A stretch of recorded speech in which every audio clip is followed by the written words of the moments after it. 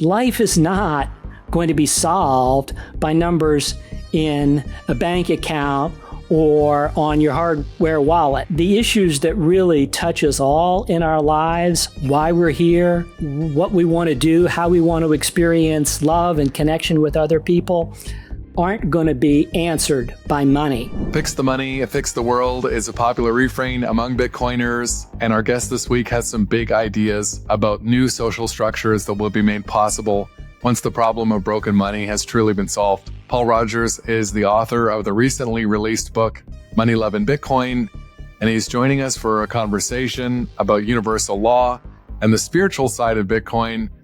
What happens to human civilization when the energetics of money have been reimagined? This is a conversation that I enjoyed tremendously, and I hope you do too.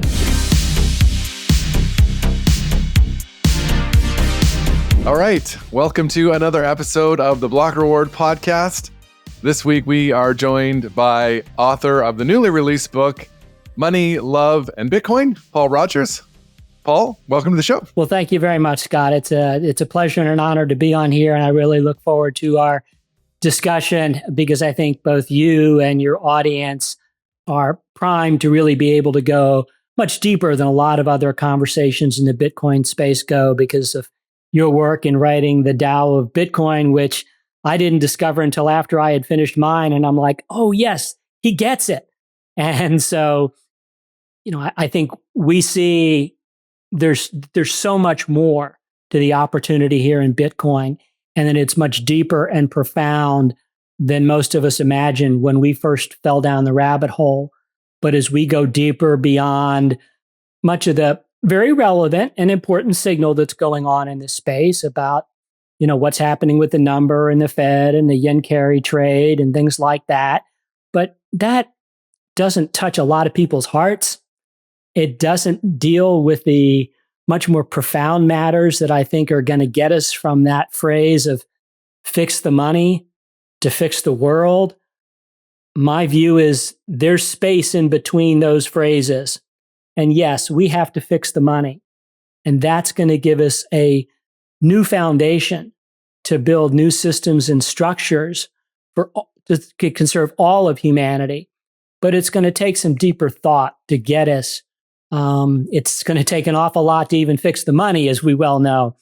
But it's going to take even more to then begin to really lay the foundations for the universal principles, which are really going to lead us to new systems and structures for a new digital age. I actually don't honestly know if I could have said any of that better myself. That was beautifully put. We do have a lot in common. I've been looking forward to this conversation, and we have been talking for some time. I was fortunate to have the opportunity to read your book beforehand. And, honestly, it's one of these things. This happened for me too. Afterwards, you find things. I'd written my book, and then people start messaging me like, oh, have you read this? Have you read that? And I'm almost worried about, like accusations of plagiarism, or it's not that, it's just because we're on a similar intellectual current. And I personally believe that, nobody has ideas. We receive ideas as a result of sort of paying attention and being in tune with a larger, the process that's unfolding. And I think your book is brilliant. I loved it. And it reminds me of a conversation I had about a year ago with Tomer Strolight. And we called that episode Bitcoin is Synchronizing Human Consciousness. And it was this broader idea that Bitcoin is sort of like an intellectual black hole is not the right word, but it's a good analogy because it does sort of suck people in and force us to start thinking about things in the same way. And I think that's probably something that's going on here. Something else I thought was interesting as I was reading your book and as we've been chatting is we also share this background of experience in traditional financial services. And that was sort of the origin point of thinking about how to communicate Bitcoin ideas to a broader audience. So I would love to just actually start there, chatting a little bit about your own experience. You were a financial advisor, a financial planner, and found Bitcoin. Maybe just walk us through that journey and how your experiences in that world prepared you to help talk about Bitcoin with everyone else. Sure. Well, my most recent career before falling down the Bitcoin rabbit hole was as a certified financial planner, an investment manager. And unlike a lot of people in the space who show up on a lot of these podcasts, I wasn't in the trading rooms. I wasn't in a hedge fund. I wasn't investing capital for others. I was working with regular people, all right, who were trying to save for retirement, who were trying to manage their funds in retirement so that they didn't run out of money before they ran out of life. So my interaction in the TradFi space was really bringing together the understanding and the challenges that we had in communicating basic investment principles with everyday people living their life and recognizing how little many people understood about money. How, as I talk about in the book, most people don't really want to invest money. They don't want to take on the risk associated with that. They're not interested in being venture capitalists trying to parlay their retirement savings into a fleet of Lamborghinis. They just want to live their life. And they've generally done the right thing by saving and not consuming as much as they earn. They wanted to be able to secure it in a way that would secure their future for their families. And what I didn't realize until I got out of that business and I got into Bitcoin was one of the fundamental reasons why that is just so darn difficult. And that is the nature of our inflationary system itself, which robs people of the ability to do what they really want to do, which is simply save their excess funds from what they've earned and not have that depleted and stolen from them by those who are extracting wealth and robbing them through inflation. So because my perspective was really that intersection of traditional finance with, real world people, if you will, regular people, I realized over time, and my practice evolved, and at the end of my practice, I had gone independent and rebranded my business as Mindful Wealth Management because I wanted to see people be more mindful than just getting caught up in what's happening on CNBC and the chatter talk and Jim Cramer, Booyah, and all that stuff. That it was about what the money was going to do for them in their life, and to get off the insanity of following the market from day to day or month to month and the inevitable variations that it's going to have, and think about what they really wanted to do in their lives. I also became a retirement coach because I saw a lot of people who, after working their whole lives, really hadn't given much thought to understanding what they wanted to do in the future and to have a clear vision for what this money was supposed to do for them to live their lives. I think it relates a little bit to a section in the book that I talk about that I think in the Bitcoin space, a lot of us view, and it's absolutely true, that we want freedom and that we see Bitcoin as freedom from a lot of control structures, regulatory environments, the limitations of the existing system. Just as my clients wanted the freedom from having to work to then be able to go and do something else in their life, but oftentimes they weren't clear what that really was going to be other than not having to work. And I think that also occurs a little bit in the Bitcoin space, at least in the dialogue, because I think it's just as important about what Bitcoin is freedom from as what Bitcoin is freedom to do. And that's the bigger question, that you probe in your book, that I probe in mine, is, life is not going to be solved by numbers in a bank account or on your hardware wallet. The issues that really touch us all in our lives, why we're here, what we want to do, how we want to experience love and connection with other people, aren't going to be answered by money, though it is going to be a sounder foundation if we have a sound money to be able to then to launch into the more deeper dialogue of, okay, now that I have a certain degree of freedom from these things, what's that freedom to do? And I think that's where both you and I and many others can add a real value in this space by seeing beyond the immediate of how Bitcoin adoption is going to go to where, again, are we going to go from fixing the money to fixing the world? So we've talked maybe around the premise of your book, but maybe just to if we could lay it out, how do you view Bitcoin as how should people be thinking about Bitcoin,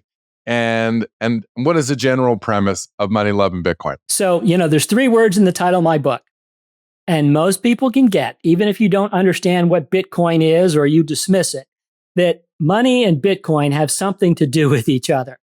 But there's this word in the middle, love, which seems very out of place. And it's not about loving money, because there's lots of books that have been written about that. And there's lots of dialogue about people loving Bitcoin. But I mean real love. And I think that's the universal principle that I'm trying to connect here. And so the premise of the book is, yes, we have to understand in a simple way what the problem is with the existing system. And, there's lots of great books that have been written about that. There's people have far more expertise than I do in that space that have written great things. But oftentimes, with lots of charts and graphs and lots of economic history and details, they're not going to land on the average person. All right? It's tough enough to get a lot of people to spend much time trying to understand and wrap their heads around what is money, moreover, reading economic textbooks. And so I keep it and start it out very simply. And I'd say, we have to understand that money is simply a technology.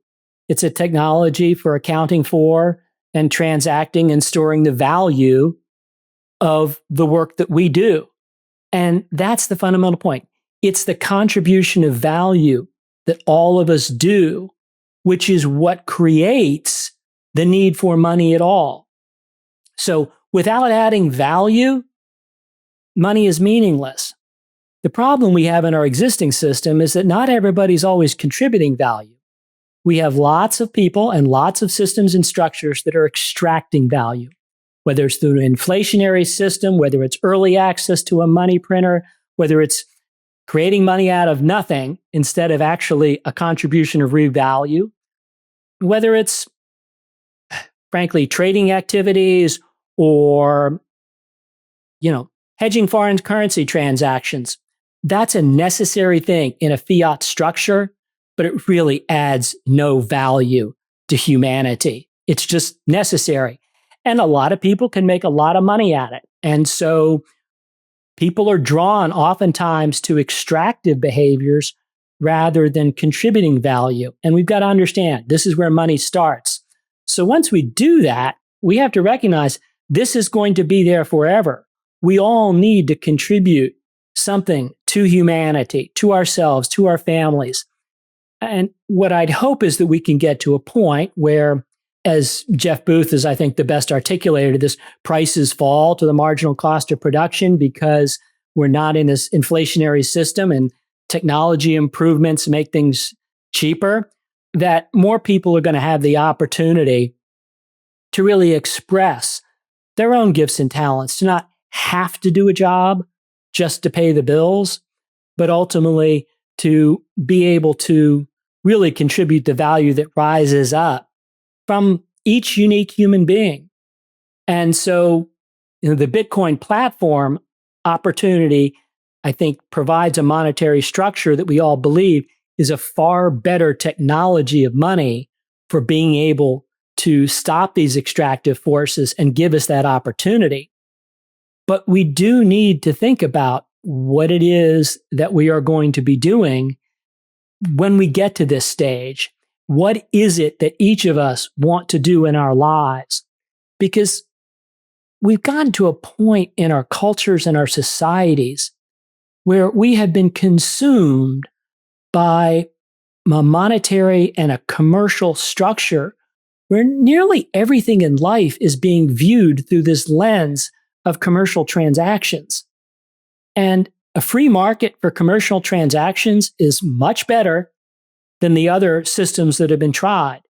And hopefully we will get to a freer market so that more people, when they share their gifts and talents and others see them as valuable, will have that contribution honored and respected and their labor not stolen from them and their time and energy. But not everything in life is a transaction. That's the base layer. Whether it's Maslow's hierarchy of needs or from a philosophical, religious, or spiritual tradition, meeting the basic needs of life of food, shelter, and clothing is the foundation. It's sad that in our world today, with the abundance that we do have, with the technology we have, with the resources of this planet, that we have not been able to figure out systems and structures to allow more people to at least meet their baseline needs. It's not a call for equality and egalitarianism, that everyone is equal. Absolutely not. We all come to this planet with different gifts and talents. We all express them in different ways. We all have raised in different environments with different opportunities. And we contribute what we can. But again, there's much more to life than a commercial transaction. So I've had discussions, and you probably have had too, where people talk about all relations are transactional. And we've got to see that through that lens to understand what's going on. And I reflect on that, and I think I understand where that viewpoint comes from. I see that exercised in lots of relationships and lots of dialogue that goes on. But if your relations are built as transactions, for example, I don't think you're going to have a very good marriage. I don't think you raise children because there's some sort of a transaction looking for them to pay off in the future for you. I don't think that's the way we build community, that we really interact with others.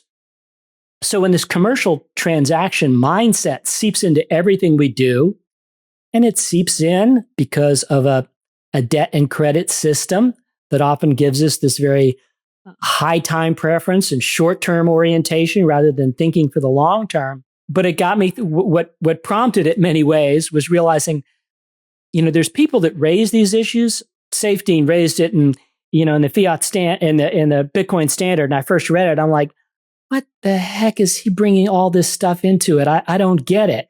And then over time, you begin to get it. And you realize, what?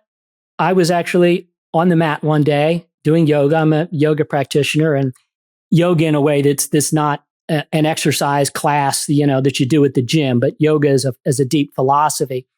And I said, what? We need to bring something into this space that I don't hear as much talk about. And that's what I think connects us all. And that's love. And that's why that's the middle word of my book. Hey everyone, quick question. Have you ever thought about starting a video podcast like this one? I want to introduce you to the team behind my show, Podigy. This podcast has been one of the best marketing tools for our business, and thanks to Podigy, all I have to do is hit record. They handle everything else: editing, writing, publishing, and making sure that it's perfectly optimized for every platform.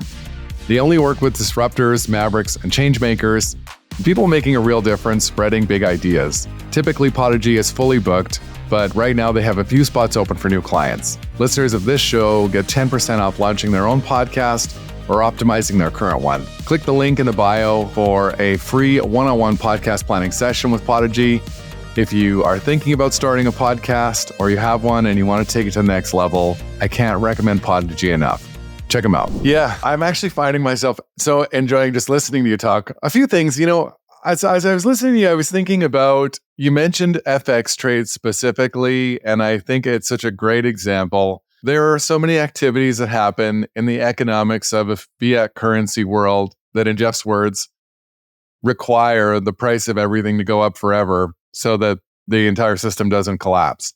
And those same rules that happen at a sort of a global level do absolutely apply to individual people and create in the day-to-day a lot of stuff that really is actions and behaviors and needs that are fiat driven. And that's not a criticism of anybody who is trapped in or benefiting from those systems. This is just kind of the way it is. How we get to a different looking system, I agree with you, is it's a fascinating thing to think about. And I wanted to maybe come back to something you said much earlier in the conversation about universal law. And this is something that I don't know if I've necessarily had a chance to really talk about on the show, and you do a really great job talking about it in the book. So let's go there next. Sure. So, I think whatever you want to call it, universal law, principles, spiritual principles, there are certain things that go beyond the mundane, that go beyond even a scientific viewpoint of a Newtonian world of classical interaction of matter. And those things absolutely happen. And yet, as quantum physics has shown us, and your book is The Tao of Bitcoin, and I mentioned in my book, one of the seminal works that influenced me was a book written in the late 70s by Fritjof Capra, The Tao of Physics. One of my favorite books. It's a very profound thing. It influenced me tremendously. Actually, just to interrupt you for a second, that was one of the books that when I published my book, people had assumed I had read, and I actually hadn't. And now I'm working on a second edition that respects and integrates some of his brilliant work. So sorry, that's a little sidebar there, but yeah. Yeah, no. Well, and then when you read that, then you got to go read the systems view of life, which is the modern science of all the systems of biology and ecology, et cetera. But at any event, what I think you show in your book and what that shows is there are things going on in the world that don't meet the tests of just the perception of our normal five senses. They're not necessarily things we can see and hear and smell and taste. We perceive objects as physical solid matter. And we do that as beings in this world to get along. And it's helpful. It's just the way we perceive things. And yet, quantum physics shows us, and particle physics shows us that, it's all energy. It's an arrangement of matter, its frequencies, its vibrations.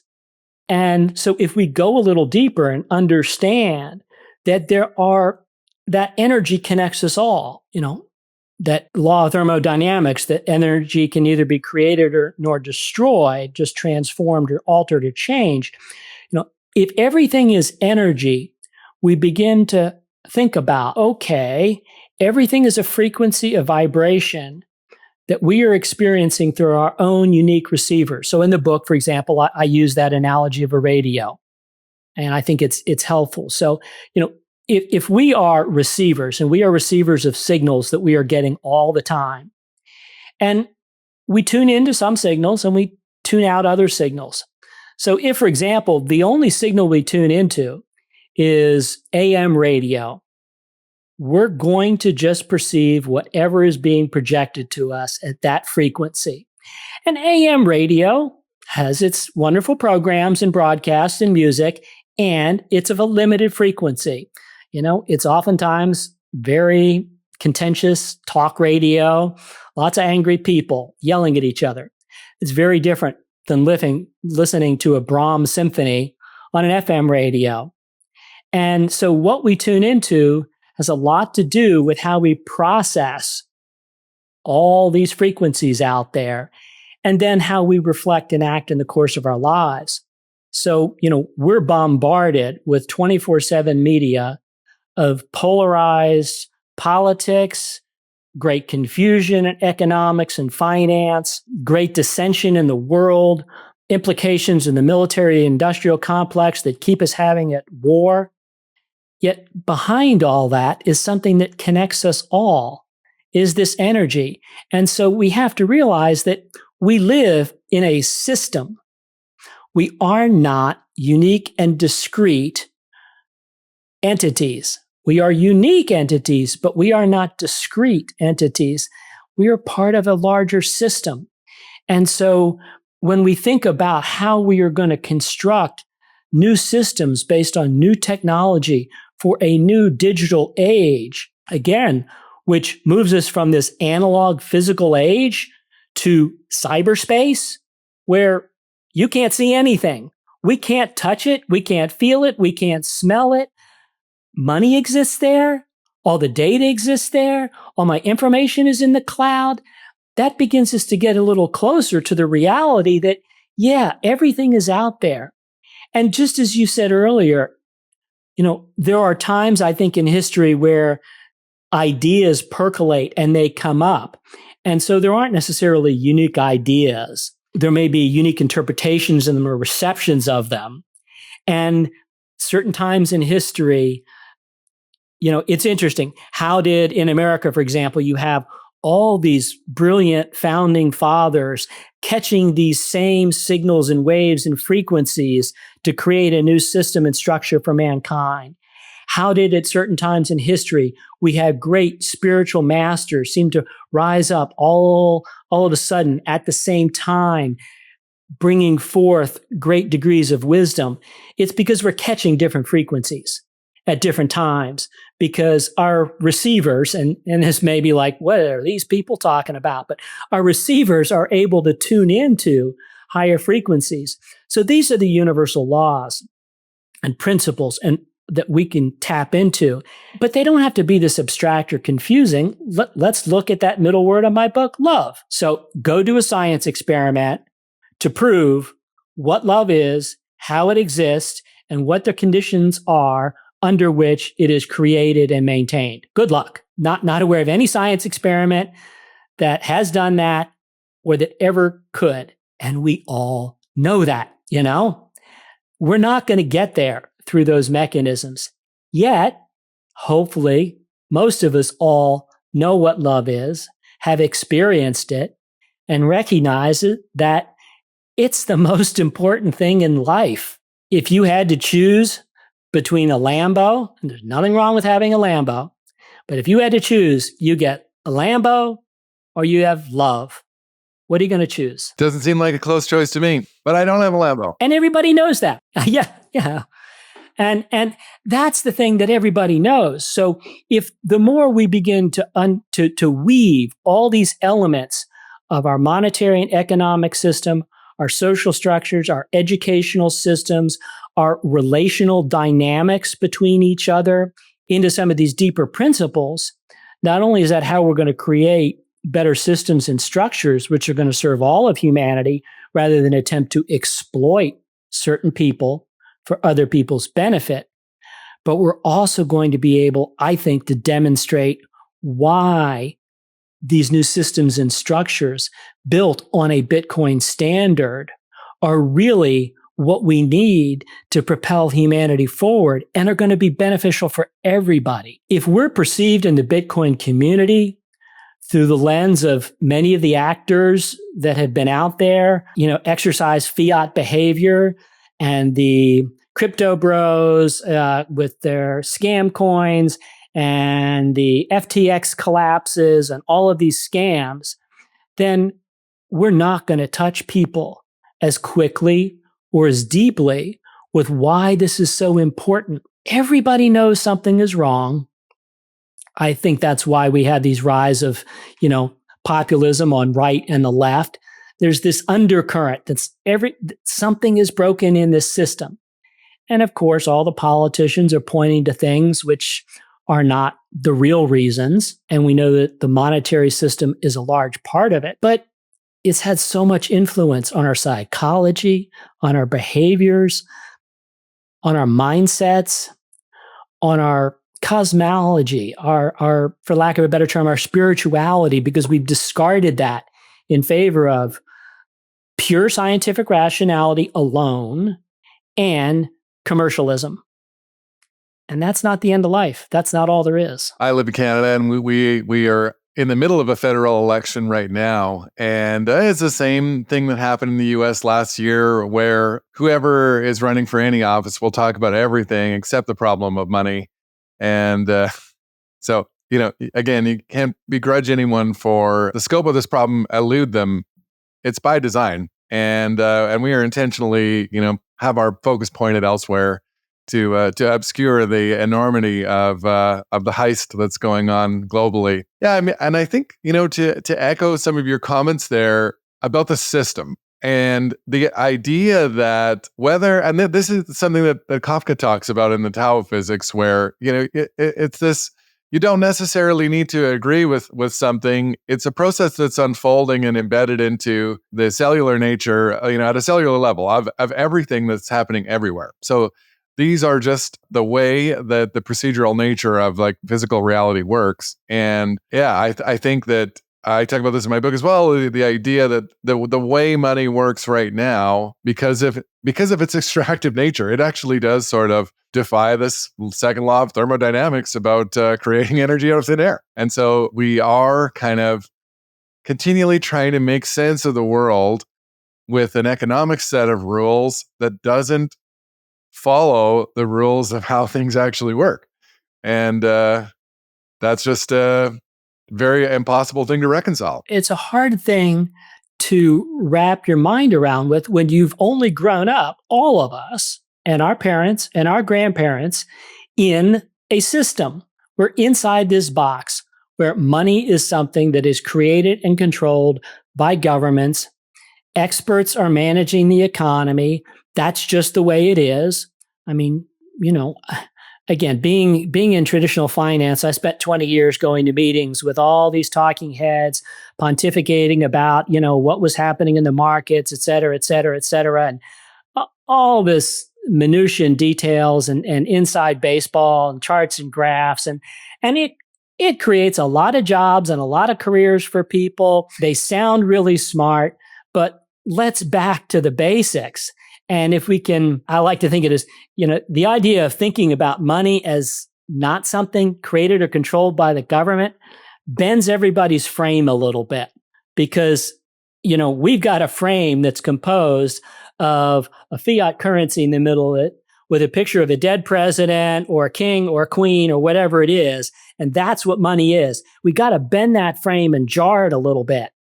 But again, it's really, if we peel it back from lots of fancy economic jargon and say, if money is just a technology to account for and transact and store value between the creators of value, you and me, growing potatoes, digging iron out of the ground and melting it into steel and building buildings, creating art, creating music, exercising the healing arts, whatever it is, how can a government and a central bank simply create money by adding digits to an account or running printing presses? That makes no sense. Just because that's what's been happening doesn't mean it makes sense. And, I try to relay that in a way that without lots of discussion about M2 money supply, I hope that we can communicate why the system doesn't make any sense, so we can bend some frames and we can look outside this limited box, despite all the people wanting to keep us inside this box for their power and their control, even though we all know something's wrong and broken. Yeah. I mean, and then too, I guess by extension, it's this idea of imagining what would a world look like where technological innovation has really, sort of solved this problem from the bottom up and enabled people to think about spending their time differently and storing their energy differently. And it's an exciting thing to think about. Yeah, no, it is. And I think, I get into dialogues with people and I begin to explain some of these things about the system. And at first it sounds kind of depressing. And I'm like, oh, you're a real downer. I'm like, no, I have never been more optimistic of seeing a way forward for humanity that can benefit all of us to go to places that we've never been able to go. And I don't just mean Mars.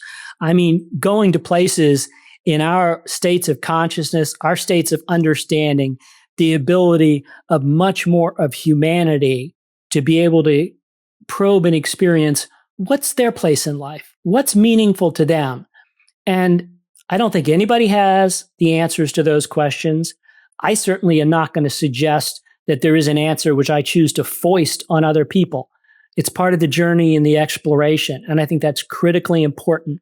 And others who want to foist one answer on people from any one tradition or any one philosophy or approach, can sometimes be a little scary. So, but it's the journey. It's the ability to have the luxury of the time and resources and ability. And we see this in all these videos of these moms behind the wheel of their car in tears with the kids screaming in the back saying, I'm going to my third job. I'm just trying to make ends meet. I'm trying to take care of my family. I can't pay my rent. And it's a travesty. And it's so sad. And it doesn't have to be this way. And those are the people that we all need to touch because it's all of us. It affects all of us. And so if we can begin to craft a new way forward, and this is why I think this dialogue is so much more important, because, and I saw this with my clients, their eyes would glaze over after about the third chart I threw up on the screen to show them about economic data and their portfolio, which I was going to demonstrate some things to them. And I certainly had real valid information to show them, but the eyes glaze over because it just doesn't mean much. And you know what? It shouldn't have to, okay? The mom driving her car to her second job should not have to be a PhD economist to figure out how to live life and to feed her family and to express her love and to do what she wants and to be able to have time in nature.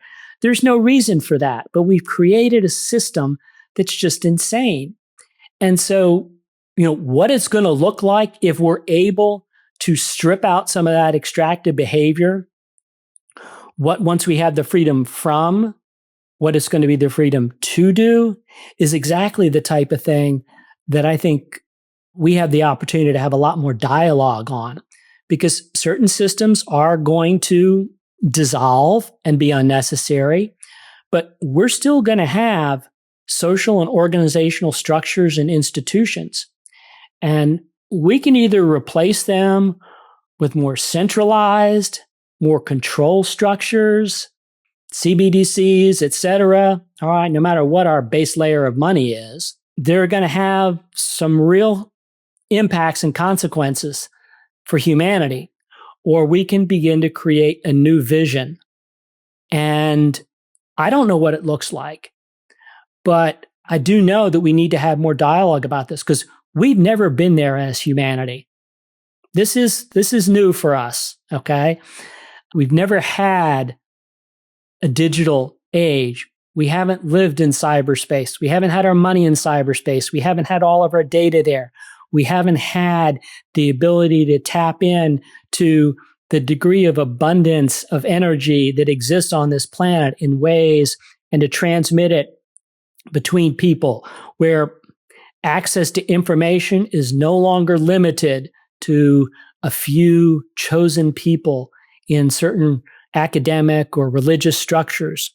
We can all have access to that information, but we can also be, and I talk about this in the book, information and data, there are so abundant and getting to the point of being so meaningless. We are at a stage where you can prove anything with enough data, but data is not knowledge, and knowledge is not wisdom either. So we need to move towards more wisdom so that we can exercise our technology in ways that respect the universal laws and principles and interconnection between all of us, and think about and have dialogues about what that might look like and where are we going outside the guardrails.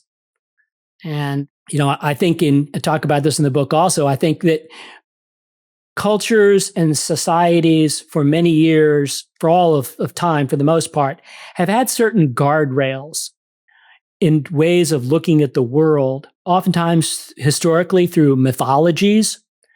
So I talk about Joseph Campbell's Hero's Journey and the mythologies there. And we look at those in modern times going, these crazy stories about these gods and thunderbolts and this and that and going up mountains and pushing rocks. It seems crazy. And they are as stories, but they were a way of transferring deeper universal wisdom to people and providing guardrails. And in the very wise pursuit of a scientific rational framework to interact with the material world, we've also thrown out these wisdom traditions, which provided some guardrails and some ways of processing how we are moving through life within our capacity to do new things with the material world. And so by probing the Tao, by probing these ancient wisdom traditions, we can see, are we moving more in harmony? Are we moving more towards balance? Are we becoming more out of balance and inconsistent? And it's harder to do that when we don't have broader cultural frameworks that for most of history we had, for better or worse at different times in different cultures. But we'll need some new ones for a new age. Yeah, it makes me think of Svetsky's book, Bushido of Bitcoin. I'm not sure if you've read it yet, and he may turn out to be right, but that book is really an exploration of this notion that Bitcoiners are the early formation of an entirely new social class. People who sort of head out into the world having understood this change and have the new operating system of how to think about imagining new systems for a society that really works fundamentally differently. And I mean, at the base layer, it's the idea of exchanging credit versus a final settlement that happens every single time we pass this thing back and forth. And it's like a ripple in a pond to me. Yes. And I think it is true that we are going to need leaders. We are going to need thought leaders that operate and can probe and explore what is going on in the intersection of all these events to begin to frame out and think about and debate and dialogue about how we're going to build these new systems and institutions and structures and on what principles. And I've not read the full Bushido. I've read parts of it, and I've seen some of his interviews. And I think, again, he's talking about some deep principles there of integrity and honor. And I just throw in this one that I don't think there's any human being on earth is going to walk away from this principle and say, that's probably a pretty good foundational principle on which we should craft systems. And that's love. Love for ourselves, love for others, love for every being and planet, sentient or not, on this earth and in this universe. You know, it doesn't always show up that way. So it might seem, what is this kumbaya stuff? No, okay? But, if we operate on that framework, we're probably going to build some pretty damn good systems. Couldn't agree more. In writing my book, I was searching for a way to talk about the movie Interstellar, which is, I say, it's one of my favorite movies. It might be my favorite movie. And, it's a sci-fi, it's a space adventure, it's all these things. It's a movie about quantum mechanics and time, but it's a movie about love. And ultimately, it's a movie that helps sort of explain ideas about how quantum mechanics works as principally, showing someone's behavior driven by love. And which for me is just, as I listen, I think it's just, it's a great way to visualize in a fun way some of these principles. And Paul, I could do this all day. I want to thank you so much for coming on the show, and I know we're going to do it again. Obviously, we're going to include some links to the book, but is there anywhere you'd like to point people who are listening specifically so that they can find more of you? Sure. Well, the website for the book is www.moneyloveandbitcoin.com. All the social media links are on there. I'm fairly active on X, so that's probably the best platform to interact with me.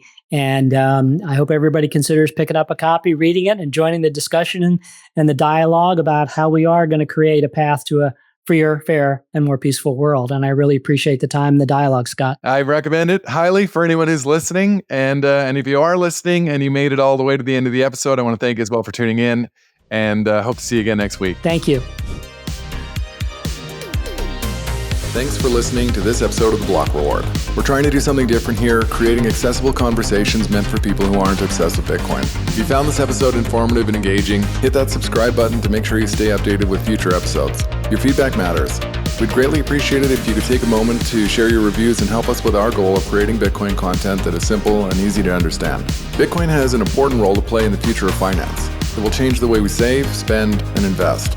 Discover why Bitcoin offers a game-changing opportunity for forward-thinking employers by visiting blockrewards.ca. Block Rewards' mission is helping Canadian employers implement strategies for integrating Bitcoin into compensation and benefits. Supercharge your recruitment and retention strategies, and help your team members plan for the rising cost of living by rewarding their work with the hardest money ever invented. Special thanks to our top sponsor, Paramount Employee Benefits Consulting, Canada's only Bitcoin forward benefits and pension advisory. For more information, find them at paramountbenefits.ca. Big shout out to Podigy, our production team that makes all this possible, and BMX Escape for producing our music. Bitcoin is an expansive and dense topic many people walk away from early. To Bitcoin enthusiasts looking for that podcast they can share with friends, family, and colleagues, one they'll actually listen to, we hope that is us. The content of these conversations is meant to be provided for information purposes only. Nothing here is investment advice. Bitcoin is a big topic. Be sure to do your own research before making any personal financial decisions. Thanks for listening.